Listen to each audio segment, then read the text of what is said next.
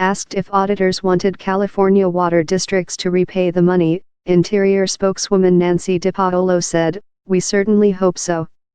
Brown's office did not respond to requests for comment Friday, and State Water spokesman Lisa Lien-Major refused all comment, calling the audit and transaction a federal matter. "The public is paying for what a private party is supposed to pay for," Obigi said, who said the audit also raises questions overall about whether water districts can afford to take on the costly water project. "That is taking the public's money, and that's not okay." The proposed tunnels are part of Brown's decades-long push to overhaul the complex system of pumps, aqueducts and canals by which California ships Northern California water southward, mainly for use by cities and farms in Central and Southern California. Voters rejected an early version of Brown's proposal, envisioning canals rather than tunnels, in a statewide vote in the 1980s. California water districts are making final decisions on whether to go ahead with the controversial project.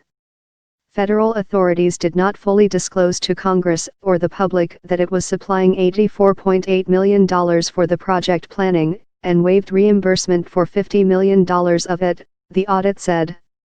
The Federal Reclamation Bureau also did not disclose the arrangement in its certified financial reports, the audit said. USBR could not provide us with a rationale for its decision to subsidize California water contractors, other than the water contractors asked USBR to pay, the audit noted. The actions by the Bureau of Reclamation, which is part of the Interior Department, mean that federal taxpayers paid a third of the cost of the project's planning up to 2016, the audit said. Meanwhile, Central Valley water districts that were supposed to pay 50% of the tunnel planning costs contributed only 18%, the audit found.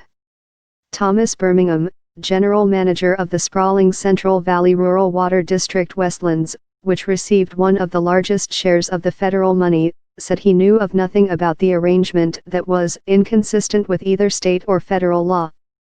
The state was aware of it, Birmingham said of the federal payments. No one indicated this was somehow a violation of the letter or spirit of the agreement guiding the costs of the project. Birmingham indicated water districts might never repay those funds. Under federal law, he said, water districts would be responsible for reimbursing the federal money only if the project went forward and benefited those districts. In response to the Inspector General's findings, the Reclamation Bureau told auditors that it had disclosed the payments in a 2013 letter to 7 unidentified members of Congress, and said it planned to make no more such payments for the tunnels project. Bureau spokesman refused comment Friday. The audit stopped at 2016, said Patricia Schiff-Orell, a tunnels opponent who has helped lead financial scrutiny of the project. How much more has been spent in 2017? A former lobbyist for Westlands, David Bernhard, has been a top official in the Interior Department under the George W. Bush administration and again under Trump. Critics long have said Westlands has benefited from its ties to the federal agency, which the Water District and Interior deny.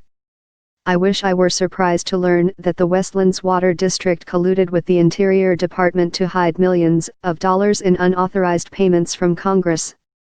But this is typical of the long-standing and incestuous relationship between the largest irrigation district in the country and its federal patrons, said U.S. Representative Jared Huffman, a California Democrat. Separately, the state auditor's office disclosed on its website Friday that the release of its examination of California's financial management of the project has been delayed for at least a third time, to October. This story corrects a quote by Patricia Schiff-Orell, a tunnels opponent who has helped lead financial scrutiny of the project.